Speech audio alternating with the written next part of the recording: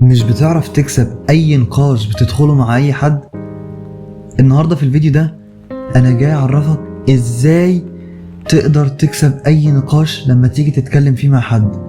لو انت بتتكلم مع حد في نقاش رايح جاي وبتحس ان هو بيتكلم حتى لو كلامه غلط، بس انت بتحاول تقنعه بالكلام الصح اللي في دماغك، فبتحس انك في الاخر برضو ما قصرتش فيه ولا فرق فيه في اي حاجة.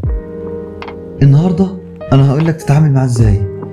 بص يا صديقي، عشان تقدر تكسب اي نقاش وتقنع اي حد باي حاجة في دماغك، يبقى لازم تكون مركز جدا جدا جدا وانت بتتكلم معاه، مركز في كلامه، كل حرف بيطلع منه انت مركز فيه، مش بتخليه يعدي عليك هباء. سيدنا ابراهيم ادانا درس كويس جدا في نقطة النقاش دي لما كان بيتعامل مع النمرود.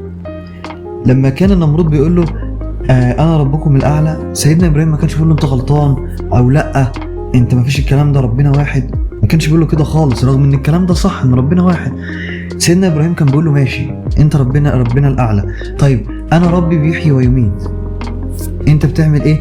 قعد يقول له ان انا بحيي ويميت، وجاب له 2، قتل واحد وساب التاني. طيب هل سيدنا ابراهيم برضه يعني نهره او زعق معاه؟ لا ده غلط وكلام ده هري وكلام زي ده، ما عملش كده خالص. لا ده قال له طيب انا ربي بياتي من الشمس من المشرق فاتي بها انت من المغرب. فايه اللي حصل؟ فبهت الذي كفر، خلاص قفلوا. فدايما سيدنا ابراهيم لو ركزت كان مركز مع كلامه هو، كل كلمه النمرود كان بيقولها سيدنا ابراهيم كان مركز فيها، ما بيعديهاش هباء. ده اللي عايزك تعمله في اي نقاش. لما تتكلم مع حد ركز في كل كلمه هو بيقولها وامشي معاه، امشي معاه بكلامه هو لحد ما انت توقعه. فعايز تكسب اي نقاش مع اي حد لازم تتعامل كده، ان انت تركز مع كل كلمه او كل حرف هو بيطلعه علشان تبدا توقعه من كلامه هو مش من كلامك انت. حتى لما تقنعه بكلامه مش بكلامك انت، ودي افضل طريقه انك انت فعلا تكسب فيها اي نقاش.